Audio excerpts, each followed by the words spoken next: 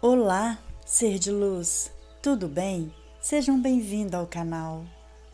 O que ninguém te contou. Mensagem texto de Vital Froze em sua página pessoal do Facebook.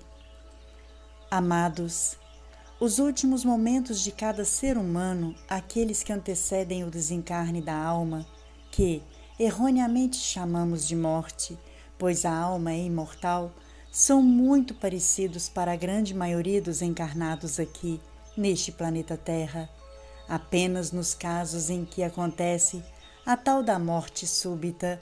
Nos demais, há um certo tempo para que a consciência revalie a sua encarnação, que está sendo concluída. Momentos antes do desligamento, o moribundo vê sua tela mental toda a sua vida desde a infância até o presente momento, como se assistisse o filme da sua vida. São momentos rápidos, porém suficientes para que fique bem visível toda a sua história de vida nessa atual encarnação. É nesse momento que ele sente uma paz consoladora ou também um horror indescritível. Se ele fez por merecer a paz neste estado mais elevado de sua consciência, já começa a vislumbrar cenas de um mundo angelical. Isso provoca nele uma confiança que antes nunca sentiu. Porém, se o filme for de horror, as imagens que se seguem em sua mente são de monstros e cenas dantescas, as quais provocam um medo jamais sentido em vida corpórea. Mas também é preciso levar em conta outro fato importante. Este relato por muitos médicos, enfermeiros e até por familiares que estiveram presentes ao lado do leito de um doente terminal.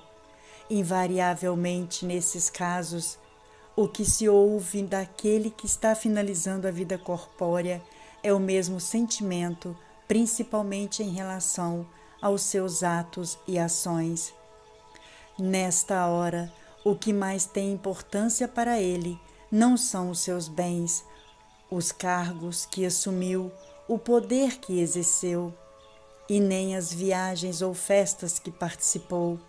Não importa se seu time ganhou muitos campeonatos, se o sucesso foi fácil ou difícil, lícito ou ilícito, se a sua casa era simples ou um castelo. O que importa naqueles momentos é o que podia ter feito e não fez, principalmente as boas ações. Muito comum é sentir um arrependimento muito forte de que pequenas coisas não praticadas, como abraçar seus entes queridos, dizer que os amava, tirar um pouco do seu tempo principalmente com seus filhos enquanto pequenos, um olhar generoso para sua esposa ou seu esposo, um cumprimento aos seus vizinhos, aos seus amigos ou colaboradores ou funcionários, enfim, tudo aquilo que podia ter feito e não fez. Essas duas etapas, embora que invertidas na sua ordem que acontecem, antecedem o momento do desencarne. Ambas trazem um conforto consolador ou uma angústia desesperada, já que o tempo se esgota e nada mais pode ser feito. A alma que chega neste ponto já começa a colher os frutos de suas semeaduras durante a atual encarnação, que chega ao seu final. Então, a morte como se conhece chega de mansinho, a tal ponto que ele nem percebe que desencarnou. Ninguém sente o momento exato, nem mesmo aqueles que entendem perfeitamente como se procede tal processo. Poderíamos comparar com o sono. Você não percebe o momento exato em que começa a dormir. Não é diferente a morte. Os minutos, as horas e os dias que se seguem ao desencarne, esses sim são muito diferentes para cada alma. Ali também Há situações totalmente diferentes para cada um, tudo de acordo com a forma de vida vivida antes de desencarnar. Esta parte é muito bem explicada através da codificação do Espiritismo, feita por Allan Kardec. Mas também há muita informação trazida pelos próprios espíritos desencarnados, que se manifestam durante trabalhos mediúnicos, seja nos centros espíritas, nos centros de Umbanda, nas salas de terapias quânticas e tanto outros momentos e lugares. A minha experiência adquirida na comunicação com esses espíritos me habilita a falar de infinitas possibilidades do que acontece com a alma depois do desencarne. Mas o que importa mesmo é que cada um de vocês tenha muito bem delineado na consciência o seguinte: não há nada que se possa fazer após o desencarne. Tudo é decidido aqui, em consciência, enquanto estamos encarnados. Logo após o desencarne, a alma sente-se um tanto perturbada, pois não sabe que desencarnou.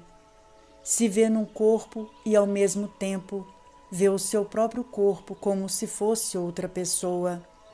Depois, vê o seu próprio funeral. Tenta se comunicar com as pessoas, pois ouve tudo o que elas falam, inclusive os seus pensamentos. Porém, ninguém lhe dá atenção. Enfim, essa confusão pode durar algumas horas, dias ou anos. Depende de como cada um entende a vida antes de desencarnar. Como disse aqui, tudo é sequência e também consequência. O arrependimento também é uma companhia desagradável no além-túmulo. A alma, após se convencer que desencarnou, começa a lembrar da sua última encarnação, detalhes por detalhes. E ao reconhecer suas ações que não foram voltadas ao bem e à evolução, surge uma dor inconsolável que pode durar pouco tempo ou até séculos, mesmo que a impressão de tempo lá seja diferente. Na verdade, é uma sensação de tempo, pois ele não é real.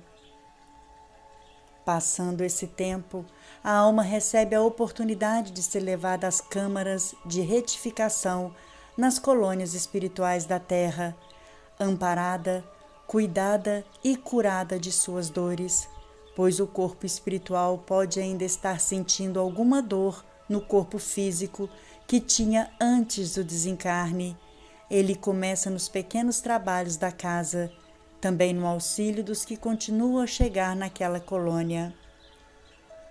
Mesmo assim, as lembranças das vidas passadas estão permanentemente em sua consciência, e ele sabe que precisa reencarnar a fim de completar, ou ao menos seguir, na sua evolução de alma. Começa então o preparo de um novo plano encarnatório, e esse plano é a matriz que direcionará tudo aquilo que precisa viver, experienciar e mudar na sua próxima encarnação.